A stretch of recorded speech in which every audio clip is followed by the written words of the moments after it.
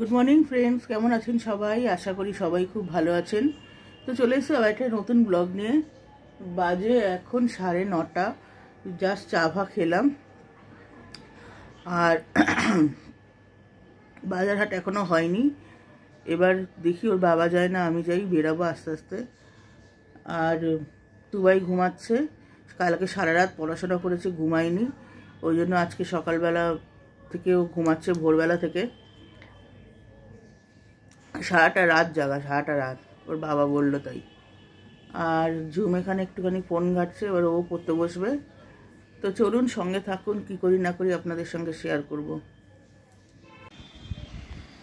তো বন্ধুরা, দুপুরে খাওয়া দাওয়ার পর একদম শুয়ে সকালবেলা আপনাদের সামনে যে ভিডিওটা করলাম, করার পর একদম আর ব্যাক টু ব্যাক এত কাজ পড়ে গেছিলো, আর আমি কোনো কিছু ভিডিও করতে পারিনি।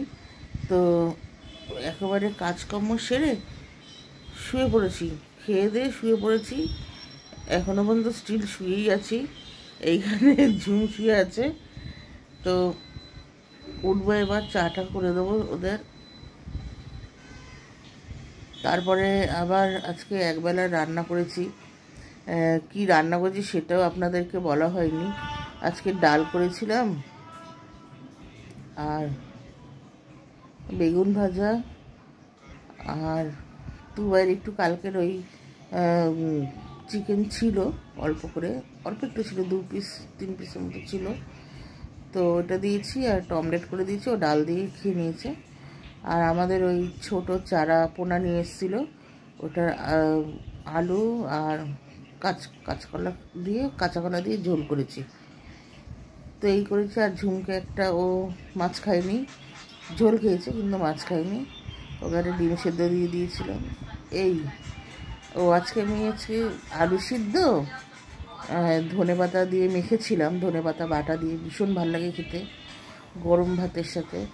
তো আমি ওই ডাল তো আমি খাই না, আমি ওই আলু সিদ্ধ আর মাছের ঝোল দিয়ে ভাত খেয়েছি। এবার একবেলার মাছ ছিল, রাত্রিবেলা বলেছে রুটি খাবে। তো আবার রাত্রিবেলা দেখি কি তরকারি করি, আবার রুটি করতে হবে। সরি। তো চলুন সঙ্গে থাকুন। তো বন্ধুরা, এই যে চা নিয়ে বসে পড়েছি।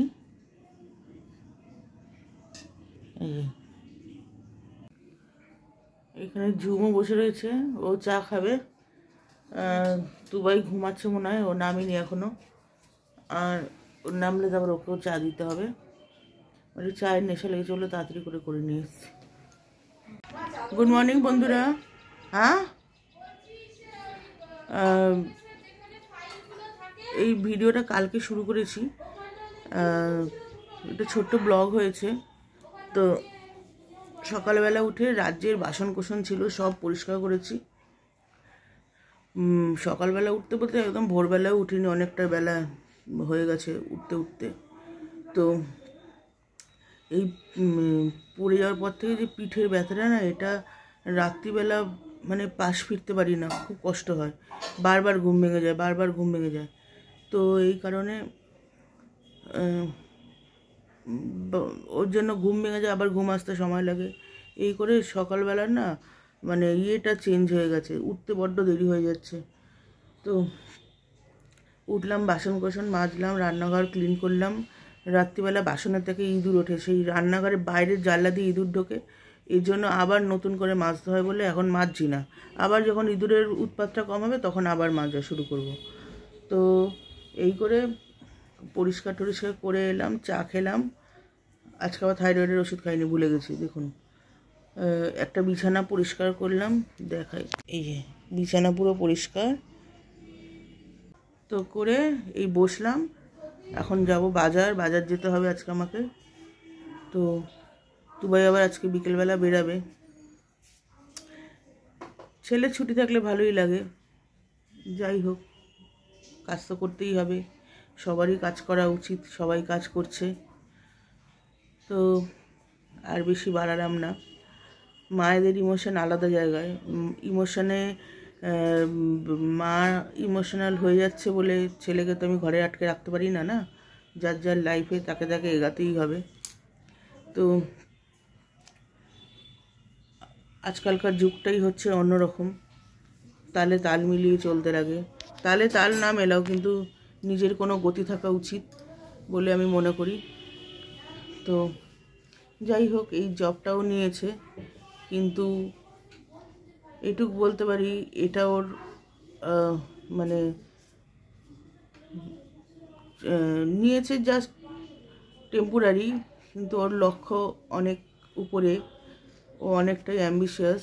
ওর অ্যাম্বিশানটা অনেক উঁচুতে বলে আমরা ওকে ইন্সপায়ার করি যে না এগাও। তো ও যেটা ভালো বোঝে সেটাও করে। আমরা কখনোই আমার ছেলেমেয়ের কেরিয়ারের ক্ষেত্রে ওরা মানে আমরা আটকাই না বা আমরা বাধা দিই না। অন্য কিছুতে আমরা বলি, যেটা আমরা ঠিক লাগে বলি, যেটা ঠিক লাগে না সেটাতে বলি, আর শোনেও। মিথ্যা কথা বলবো না, শোনে ওরা। তুবাই তো কিছু করার আগে 70বার করে জিজ্ঞেস করে, মা এটা করবো, মা এটা করবো। তেমনই মেয়ে দেখায়, মানে যখন আর্গুমেন্ট হয় তখন জেতার চেষ্টা করে ছেলেমেয়েগুলো, কিন্তু আফটারঅল সেটাই করে যেটা আমরা বলি। তো যাই হোক, আর বেশি বকবক করবো না, এই ভিডিওটা অনেক বড় হয়ে গেছে, হয়ে যাবে। তো আবার দেখাবো একটা নতুন ভিডিওর সাথে। Till then take care, tata.